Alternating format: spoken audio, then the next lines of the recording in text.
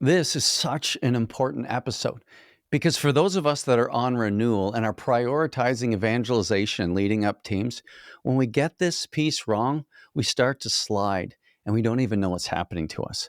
That's why my sound in this episode crushes me. This was recorded at a time where my sound was glitching a tiny bit.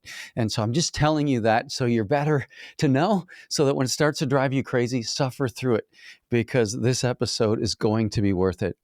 The sound has been fixed since, and I'm sorry about that. Enjoy the episode. I'd love to hear your comments.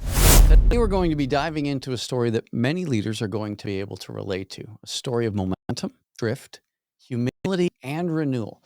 Michele Gonzalez is a longtime leader and someone that I had the privilege of coaching for years. She and her team have run Alpha for a long time, and for a while it was a powerhouse, transforming lives and fueling a strong leadership pipeline. But somewhere along the way, things started to slide. Not all at once, and not for lack of passion, but slowly, almost imperceptibly, some of those core principles that made Alpha so effective began to erode. And with that erosion came consequences. So in today's episode, we're going to unpack that journey, what was working, what began to falter, and also how they responded.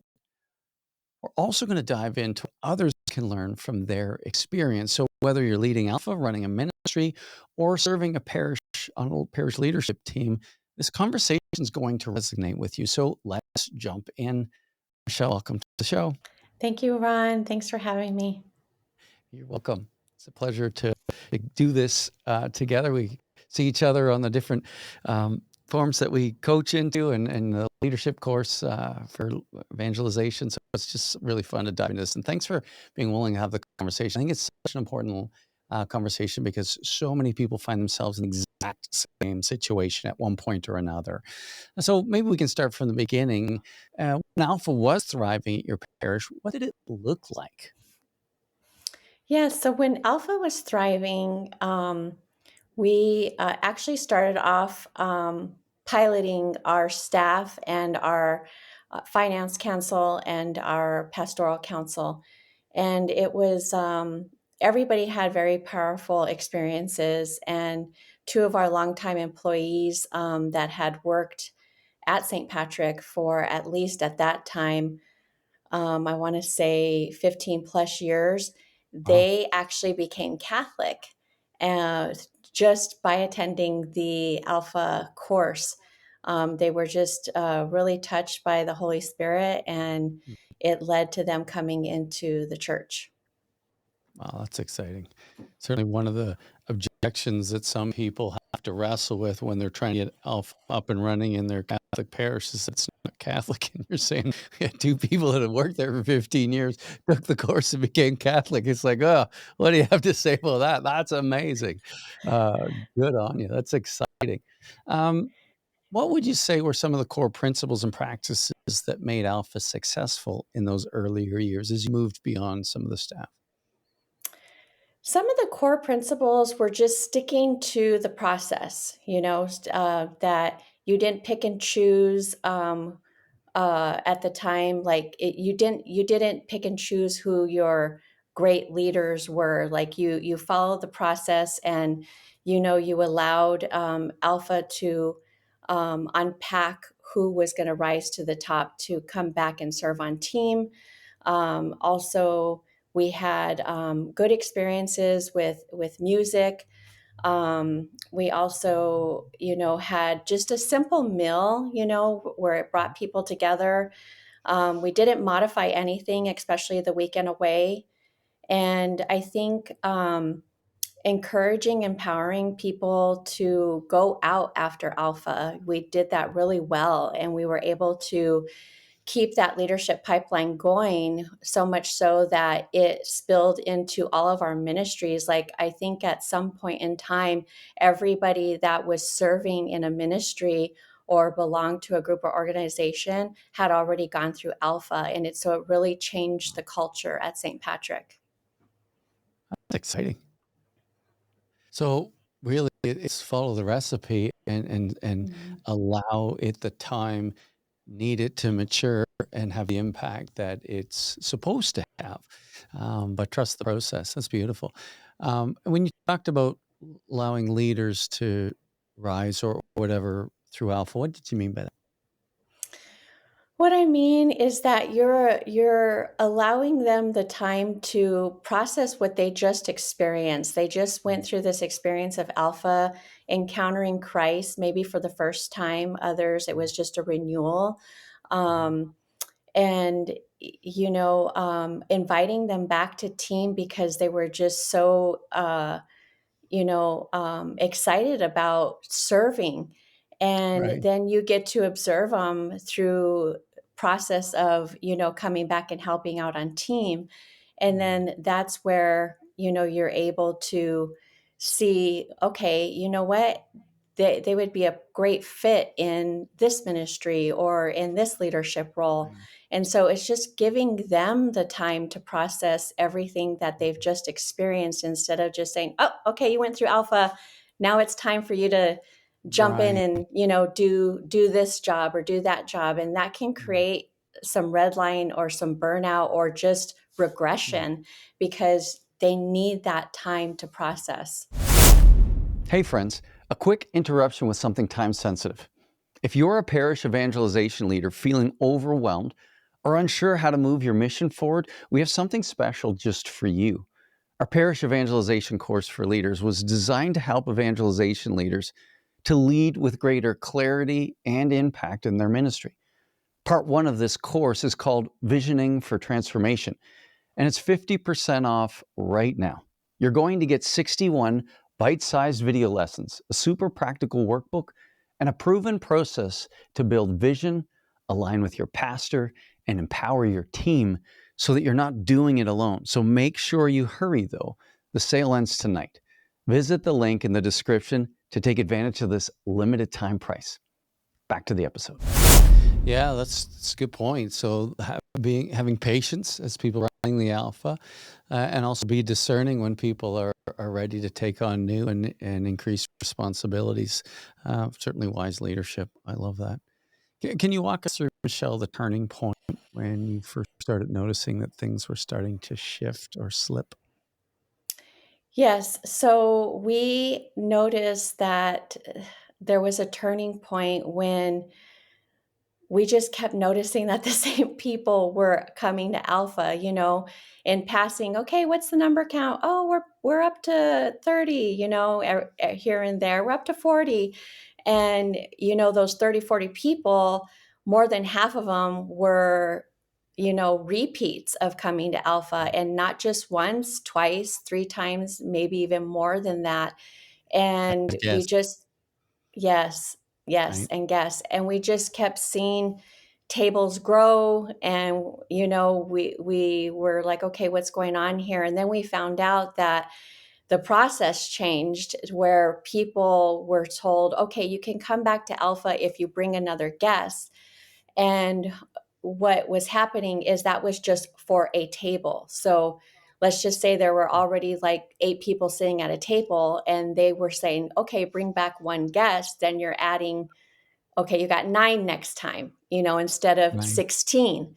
And, it became, that wasn't the problem didn't stop there though. It just became that was their night out. There was no willingness or eagerness to serve in ministry or come back and serve on team. Right. And that really started clogging our pipeline and we started suffering. Yeah. That's interesting. So not only were people coming back as a guest second time and allowed to come back, the whole table is coming back as a guest. Yes. That's I've not heard that one. Like, that's an interesting problem to have. And so, were you on the team, or were you on the leadership team and somebody like, how was the structure and how did you guys notice that? So, yes, I'm on the leadership team at our parish, and I also volunteer to help with Alpha. Gotcha.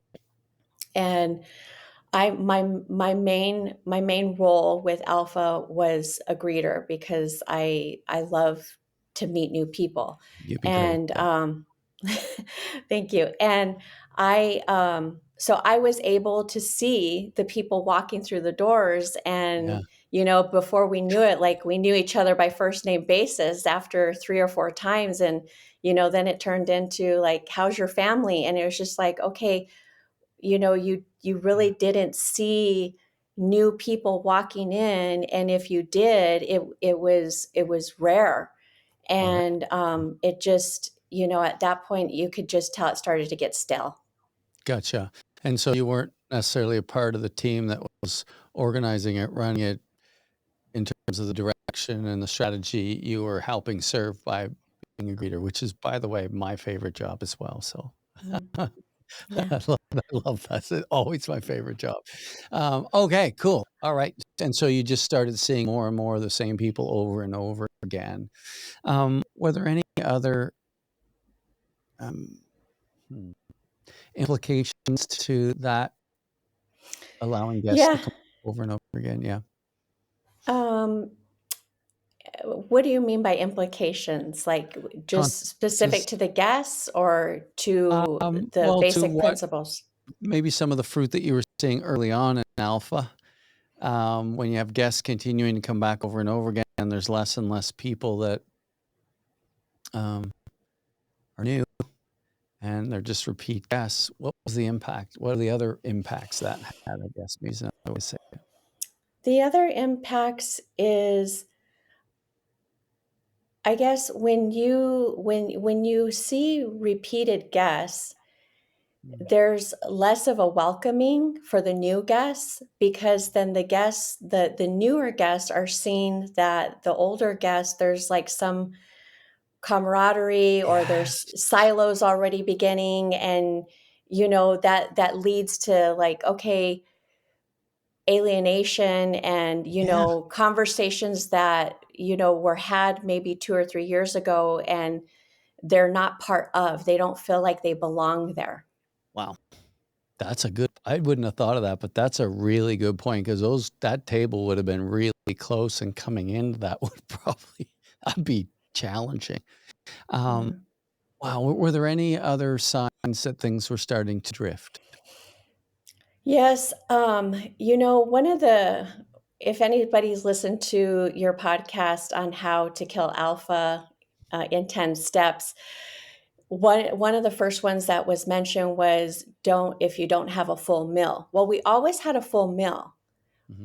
but the meal became a feast, and the whole focus of the night was about the meal and the theme of the meal, and what we were going to wear, be according to the theme that the meal was going to be prepared around. And the meal became where, instead of one type of chicken, you had 3 types of chicken, and then all of a sudden you had salad, but then you had 20 sides to put on the salad, or three pots of soup, instead of one pot of soup. And so it became about the meal instead of the content Mhm. and the relationship. Although you can get those by sitting down and eating with people, but that was the focus. Yeah. Another one was, I don't know exactly when it started, but modifications to the weekend away, such as taking a video out, Yeah. or 2 videos out.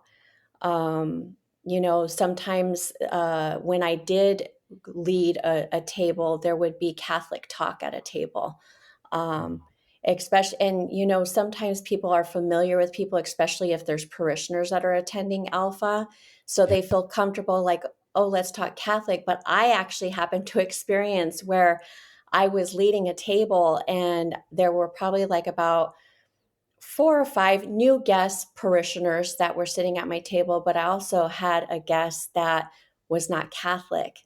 Mhm. And the topic became around Mary, and the person actually got quite offended and didn't return. Right. And it's really hard to navigate those waters when that type of stuff happens, because they're already having that bad experience on that first time. And then the leadership, it came down to the leadership where you just saw the same leaders coming in and hosting the tables, and you didn't have, new people coming in, and because you kept allowing them to repeat.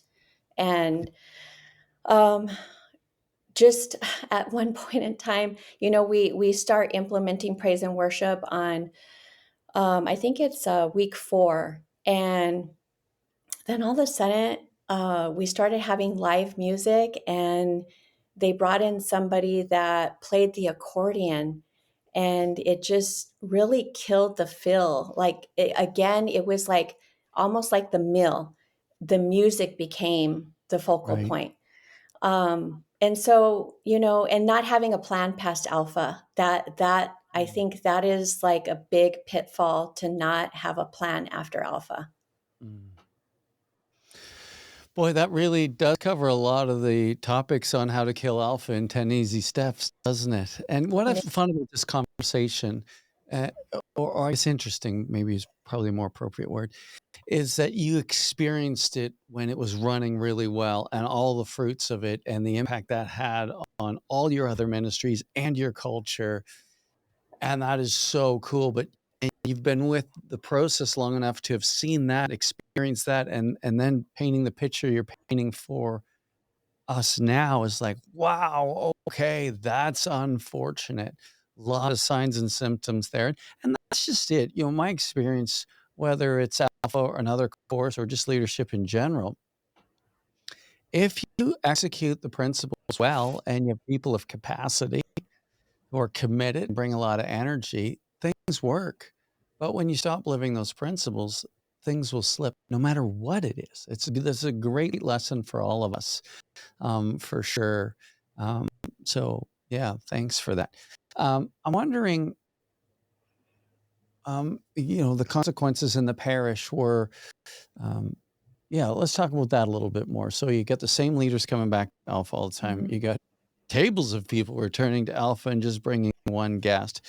You've got the menu turning into almost like a restaurant menu, which sounds delicious, and your music added an accordion, which is wonderful. Sounds like a terrific night out. I need to bring my dance shoes. That actually sounds fun. Um, but it's like we're making prioritizing areas that weren't meant to be prioritized. We're shortcutting on areas that actually make for the biggest impact. And I think you were telling me when we were talking off camera that that also impacted some of the leaders that you were raising up for other things. Tell us a little bit about that. Yeah, so as far as impacting other leaders, are you talking around the lines of not being able to? Volunteer other ministries in the church where you needed people to lead and volunteer Yes, to be staff yes, for that matter. yes, exactly. It was so, our pipeline was so clogged that we were not seeing, and we were so under resourced with our volunteers. Mhm. We just were not seeing people come out of Alpha to help. Like, at one point in time, all of our OCIA volunteers, all of our religious education volunteers, um, any new ministry that was started, they were all people that had come through Alpha and were ready to volunteer. And Right. that runs its course too, Mm. and you don't want to have a volunteer, for life in faith, religious education or OCIA. And it's not that Yeah. these people were turning around every season. It was just that, Yeah. after 2 or 3 years, they're ready to move on to another ministry. And Mhm. we weren't just seeing any fresh, faces from Alpha Yeah. coming in, because people were just comfortable. They were comfortable with, like, you know what, this is my Tuesday night, because that's when we held Alpha, and Yeah. I'm bringing my friends, and we're gonna have a good meal, and that's what it's gonna be. Right. Shoot. Yeah, I mean, and then you get to a place, recently where you have some turnover in staff just naturally. And Mhm. then, my guess is and what my experience has been running Alpha in parishes is my biggest problem is we have too many people to hire because you get to know a lot of great people. And if you use it as a leadership pipeline, you have all kinds of unbelievable people that you could draw onto staff if your budget would only allow. And I know you guys have been doing some, filling in some staff positions, and you don't have that level of choice anymore, do you? No, we don't. And we actually counted on new staff members coming out of Alpha, Yeah. as we raise them up in leaders and you get to see how they are according to the acronym FACT: faithful, available, Mhm. contagious, and teachable. And you want to keep those people, and raise them into staffing positions. And we are just right now we're down three major positions, and it's taken us, honestly, it's taken us, some of them a couple of years and others like a year and a half and to fill Yeah. them. And it's just really difficult, especially living in a more rural area that we're in. It's harder, and you count on hiring people that are within your community. Yeah. That's tricky. And so you're on the, and what's neat about your parish is the Father Matt and has a leadership team of which you're on it. And and so from a leadership team perspective, looking back, like seeing where that's at, and then looking back, what signs were you missing and what would you have done differently as The a leader signs that team? Yeah. Yes, the signs that we were missing were we were not holding people accountable. We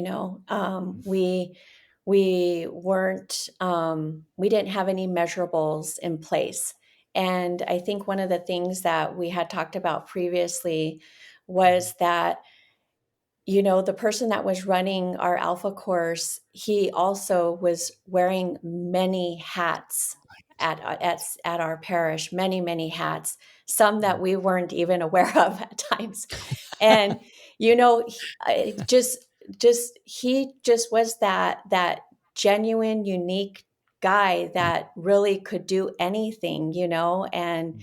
he just he had high positivity, high empathy. He always was able to win anybody over in the worst circumstances. And he was a worker. I mean, he Right. just worked really hard, and he did it all for God, but he wanted to not let us down as a team either. Mm.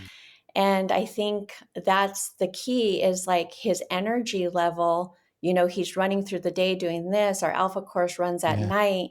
And it's like, you always want to bring your best fruits, to whatever you're doing. And I think when you've got too much going on, you're not able to bring the energy that you need to lead Yeah. the most important um, event at our parish, because Mm. that is our leadership pipeline, and we do prioritize evangelization at our parish. Right. It's a good point because it's very tempting when we have people of capacity with a good attitude and a great work ethic to just unload all kinds of things on them because they know they can do we know they can do it. And oftentimes they say yes. And the downside of that, that's good wisdom, Michelle, is that, you know, alpha done right can transform your whole culture. It can it can backfill all the other ministries with leaders and people of capacity, with a great attitude, surrendered to Christ and on board for the mission. But if you just treat it like everything else and you give it the minimum effort necessary to just keep it going, it doesn't end up working very well, does it? No, it doesn't. Yeah. Yeah, it's difficult. And when you're not having the sufficient investment either, and Yep. because in parish life you can get so busy, you just put your head down and you're like, okay, check, check, check, check, check, I got all that. And and then you think you've had some quality time if you had a conversation in the hallway. And that's really what it Mm. came down to, not just with Alpha, but with some other things in our parish too. But it's like, okay, well, how many are registered? Oh, okay, great. And it was never, Mm. well, who's returning? Who's on team? Who's new on team? And we didn't have those tough conversations, and that's on us too, because sometimes you don't want to have those tough conversations, because then it's going to be work for yourself. Right. And if we're Yeah. all redlining at some point in time, we're just like, you know what, go ahead. And it's not being dismissive, because we have full trust in each other, and we can be vulnerable with each other. But sometimes it's like, it's tougher to have the conversation than it is to just say, okay, we'll talk about it next time. And then next time comes, but you had 50 million things to do before next time, and you never get to it. Yeah. Yeah. That's a real issue. The whole idea of having measurables is so helpful as leadership teams because, and for us, for those that are listening that were helpful for me is, how many team members are first time team members? And I always aim for 50%. And so now when you're brand new and you're growing, you can't have 50% because you got to have the people keep coming back and you add to it. Right. But eventually, when you get to the size of an alpha that your church and your community can maintain or sustain, it's usually 50% turnover, or 50% of people on team are brand new. So I always measured that and would be accountable to that. The other one is how many guests. And so that's really important, not just how many people are coming to alpha. And we would let 0 people return as guests, like 0 ever. I mean, unless they missed the whole course and just came to 1 or 2 sessions. But if they were coming back, it's because they were invited on team, never allowed to just come back. We didn't allow that because it kills alpha. But the other piece too is what percentage of people are unchurched and dechurched? Because the truth is, if it's a low percentage, then we are missing out on the whole push to create an invitational culture. And as Catholics, we're not good at that, and it's tricky. And so we can never take our focus off those things. It never gets easy. I've never found alpha gets to a place where it just runs itself. Like, never. Everything, promoting it, getting excited about it, getting people invitational every single season it comes around, which for us was twice a year. It took a ton of energy. We tried to do it better this time than we did last time, and it's hard. You get tired. And that's why, I know at HTB where Alpha was founded, at one point when I talked to them how long that person who runs the office stays in that role, and they'd said 2 years. I'm like, "Wow, that's not a long time, really," and it's like, yeah, because it's hard on people, and it's hard to bring that same level of energy. You start not paying as much attention to some of the details that make a difference, and it's tricky. But one of the other things you said, Michelle, which I wanna pick up on, and this I need us all to hear this, and it's hard. Like, if you're the one on staff getting paid to work for the church, you think it's your job to do everything. And it's not. It's your job that everything gets done in line with the mission, with the culture that's gonna create thriving impact. That's your job, not to do everything. And so, if people are running alpha and a couple of years out, they're not doing everything, that's a warning sign. That's why we created that course, parish evangelization course for leaders. It's an in-depth course, and that's where you and I reconnected to get back, and we end Mhm. up getting back into coaching with Father Matt. And, um because it's not easy, like, not everybody has that skill set, and not everybody has somebody reminding them that ultimately that's the goal. It's not for me to do it all. It's for me to make sure it all gets done, but the more I can mobilize other people, who've come back on team to pick up these responsibilities of influence, um, that's where the pipeline is really robust. And what are your thoughts on that?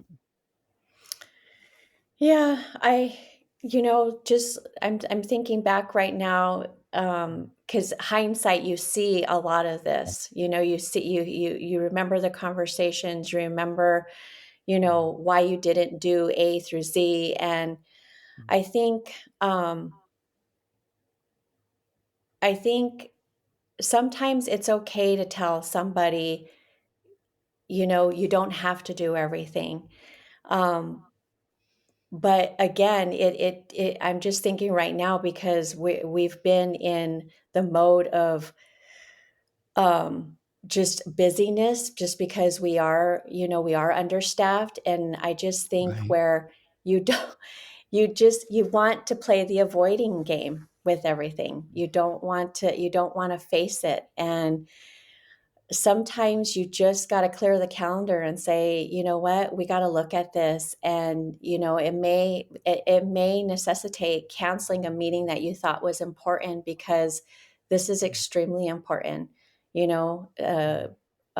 Changing lives is important, being intentional is important, building in those measurables and processes and creating plans is extremely important, in order for there to just be a freeness in the flow of what you want to see happen. And we were seeing that, and eventually it just, I just remember early on coaching with you, thinking, leadership pipeline, what does that mean? Like I Yeah. didn't understand that. Like, I heard it, but I was like, but we weren't living it yet.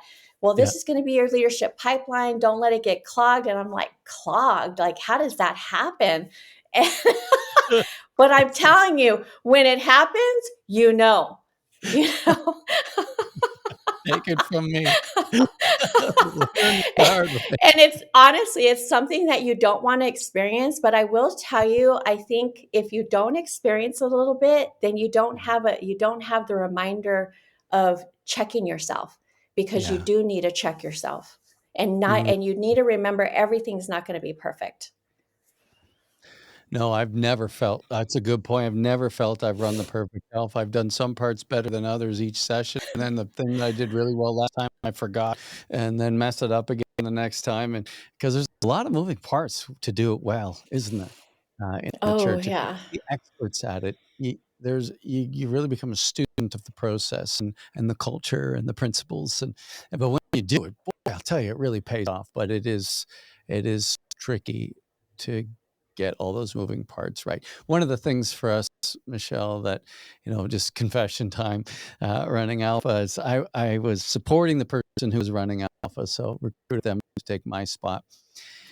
And I used to keep a lot of stats, and I'd look at the stats, and and I'd make pie graphs out of them, and I'd share them with a pastor and the leadership team, because I wanted them to know the impact it was having, so we could continually celebrate it. I also wanted to encourage other churches, because I wanted to inspire the whole world to be in the evangelization space in the Catholic Church.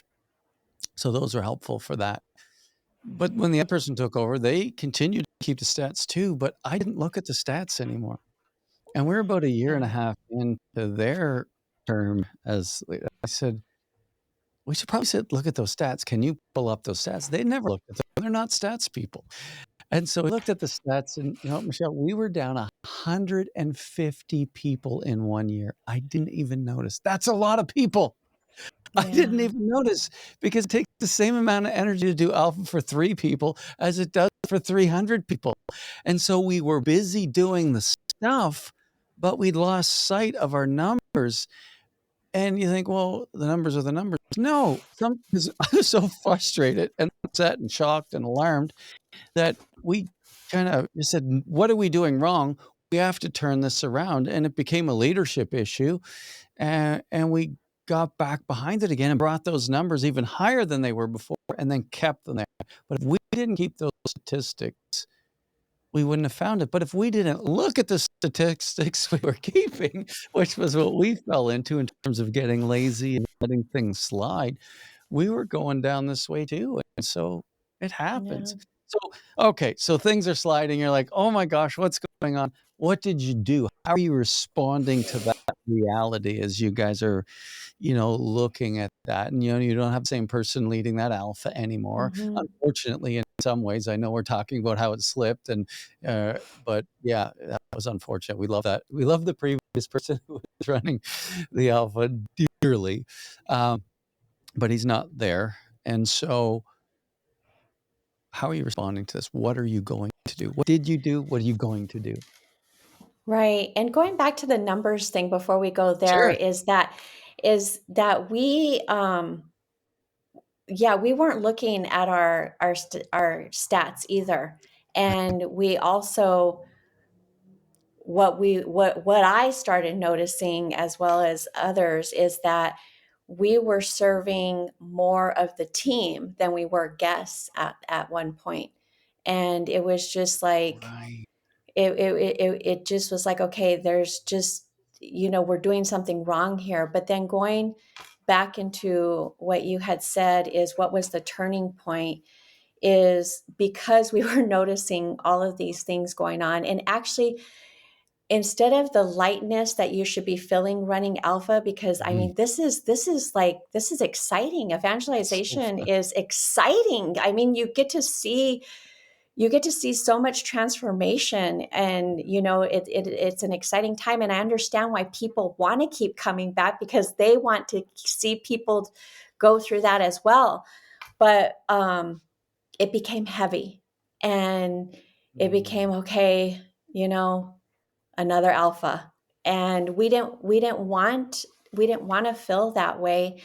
And Mm. so we started thinking, okay, what can we do here? And that this is when we got back in touch with you, and you had given some options. And but the last option you gave, and it was almost like it wasn't even like, I don't even believe like it was an option. It was just like, it was like consolation, like, Michelle, it's okay too if you guys decide to pause alpha.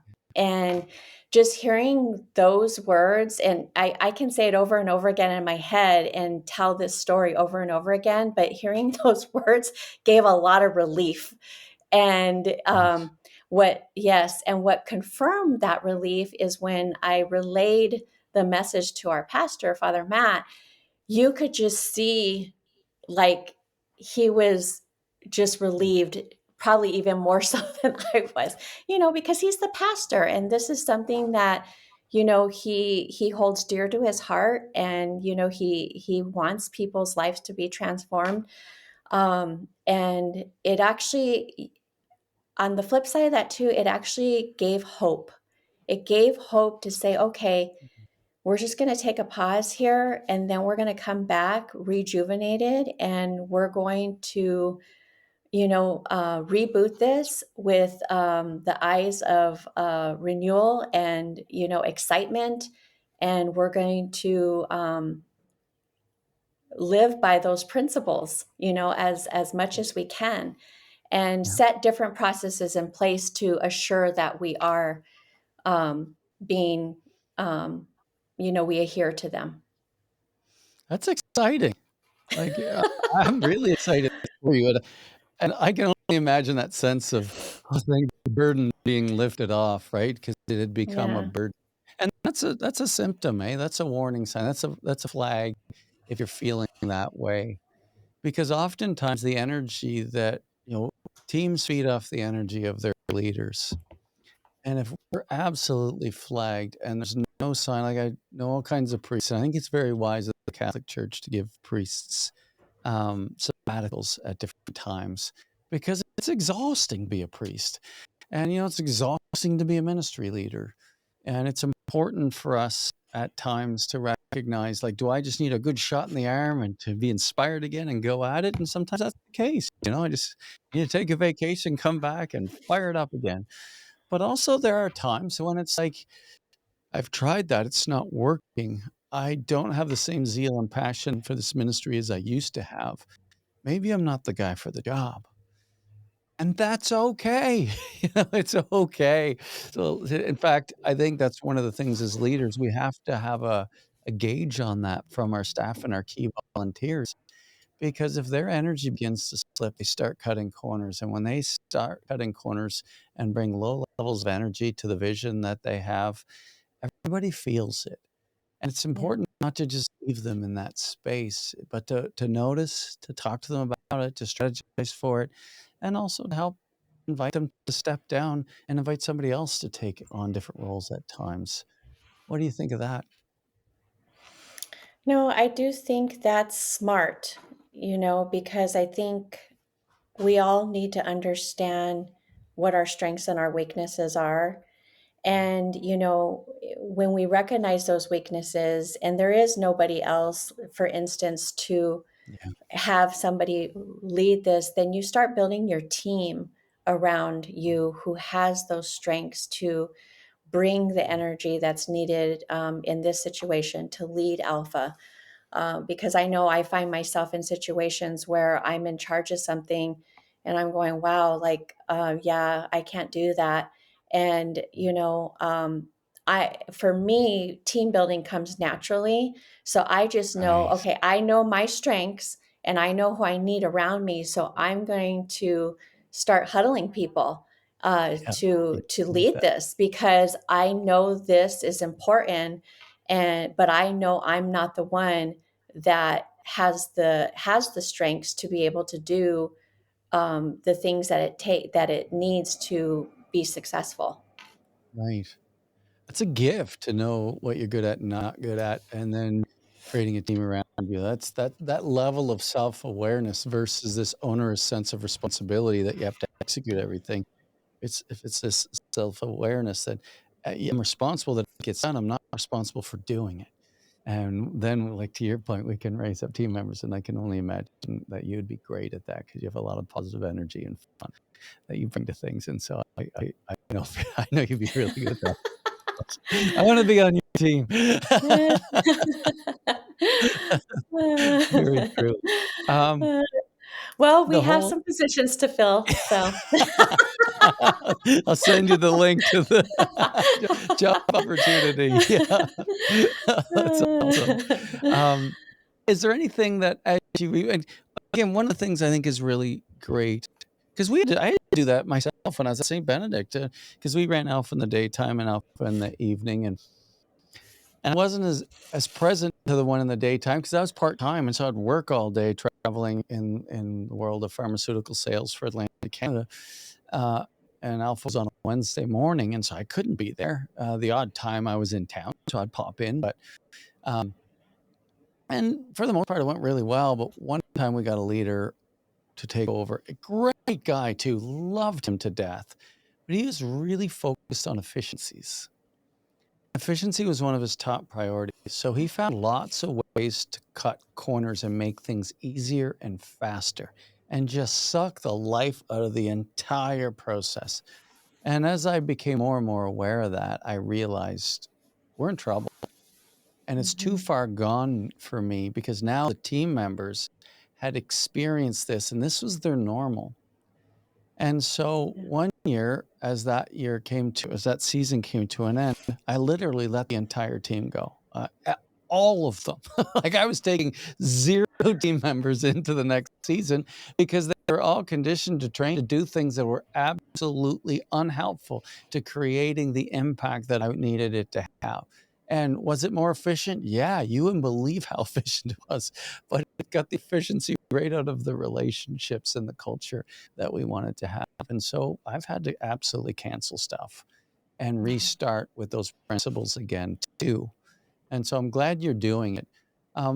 What's your strategy going into the next season? What's your like as you're getting do you have a new person taking over? Tell us a Yes. little bit about that. Yeah, so we have a new person taking over, and I think one of the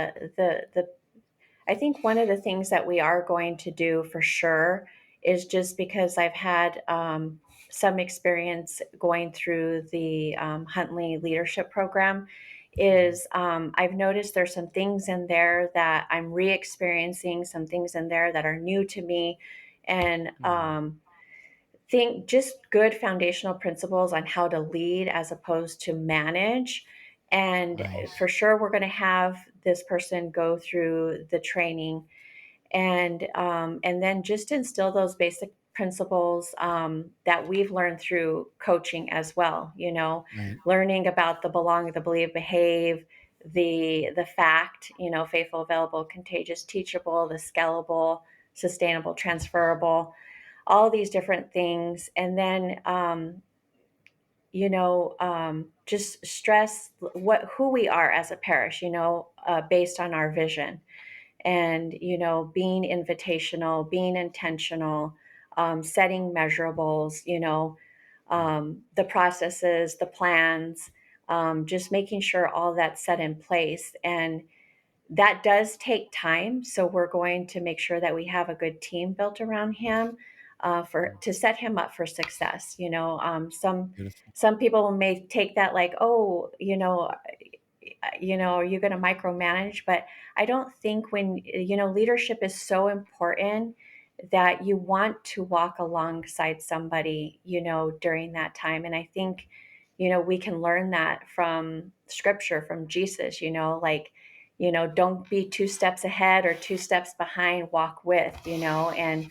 I think that's what one of um, our biggest things at St. Pat's that we've done so well is, walking with each other, Mm. and at times, like I said, it could turn into the hallway discussion, but we do try to be intentional and walk with each Yeah. other on a serious note. And I think what helps doing that is having these processes in place, Yeah. and following them. Yeah, it's true. That's one of the things I think too for those of us that have been kinda involved with Alpha for a long time and very familiar with it, a lot of those things will be, you know, relatively easy to relearn or remember. But for those churches that are having somebody come into that role for the first time, it's hard to transfer all of our information to a new person without overwhelming them, right? It's Yeah, like yeah, you have to kinda drip feed it. It's this process, and yeah, I'll put a link to the course below. It's just called Parish Evangelization Course for Leaders, but in many ways, that's why we've designed it. Alpha has amazing resources and support for people running Alpha in every tradition, including the Catholic Church, which is awesome. I always encourage people to be fully engaged in whatever Alpha's doing, their conferences and everything else. But this is really specific to parishes, Catholic parishes that are on mission. If you are on the road to renewal and you're using evangelization as one of your tools, you're going to wanna get this stuff right, and there's a lot more to it than just how to run Alpha. It's how to build a culture, how to recruit team members, how to mobilize them, how to deal with difficult situations, how to yeah, do it all through the lens of visionary, vision, to be a visionary leader. And so all of those things are wonderful reminders for people like you and I, Michelle. I think it's probably really helpful too for how you support the person who's going to be new to the role. Kind of gives you this yeah, common piece of material, I suppose, that people get access to for a year that really just helps support that. We have diocesan people taking it too who support diocesan evangelization. And it's really yeah. helpful for them because a lot of times at the diocesan level, you don't have anybody to support you, oddly enough. You think they'd have more resources. Like, "No, you're the evangelization person. Good luck. You seem to I have a good know. story of Jesus." It's like but they don't have any support, and so it's helpful for that too. So that's really fun that that's gonna be useful for you guys. I'm really that makes my day. That's exactly why I made it. It's even if Yeah, for me as a coach, when I'm coaching you guys, it's not like we can spend that much time on the one thing because we're coaching in a renewal of a parish, not just a course for evangelization. And so that's a right. small piece of the bigger puzzle, isn't it? So this is Yeah, a it is. mm, yeah, that's true.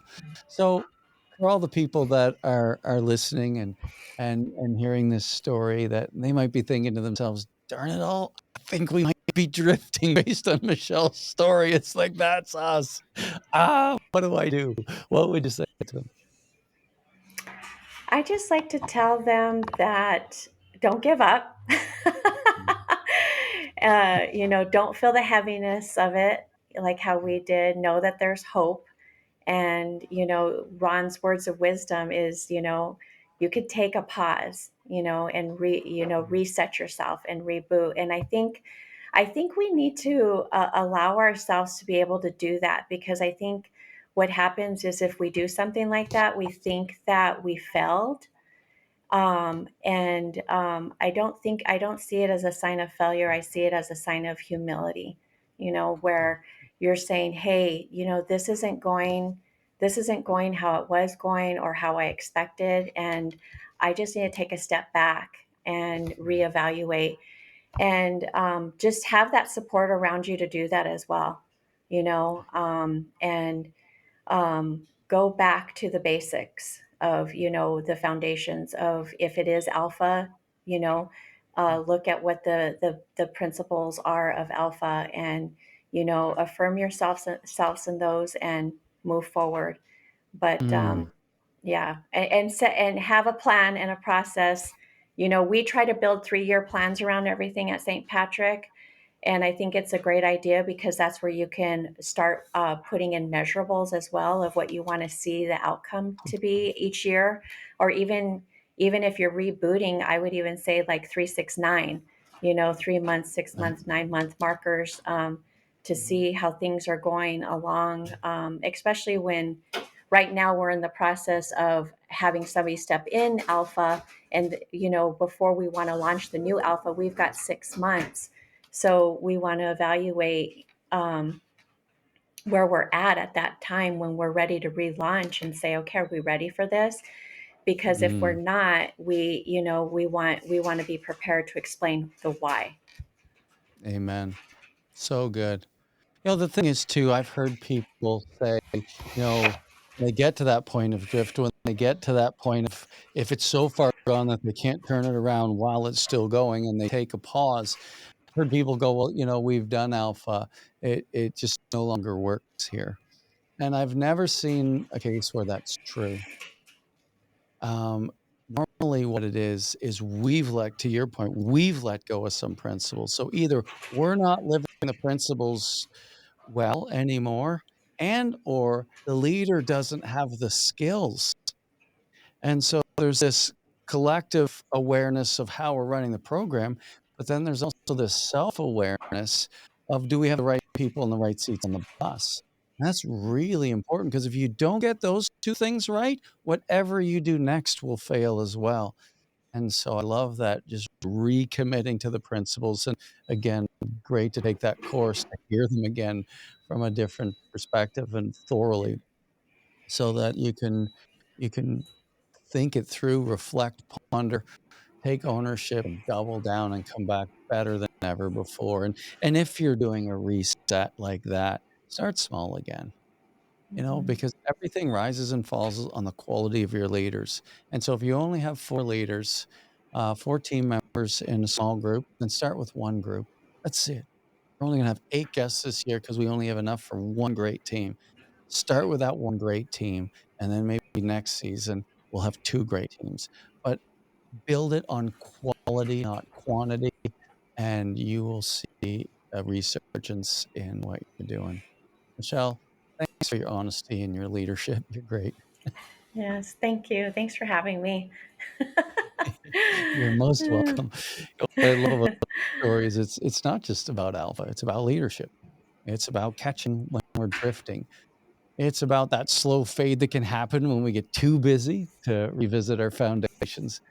But it's also what happens when leaders are courageous. They can hit the stop button or pause button, take stock, and rebuild together. So if you've been listening to this podcast and you're thinking this is helpful, then please hit the thumbs up or hit the subscribe so that other people can get access to this content easier. I really appreciate everything you're doing for your parish, everything you're doing to lead well in your home, in your church, and in your community. Thanks for following along, and we'll see you next time. I want to encourage you, as you lead this week, be faithful to God and generous to others. See you next time, and remember, if you're still breathing, you are powered for impact.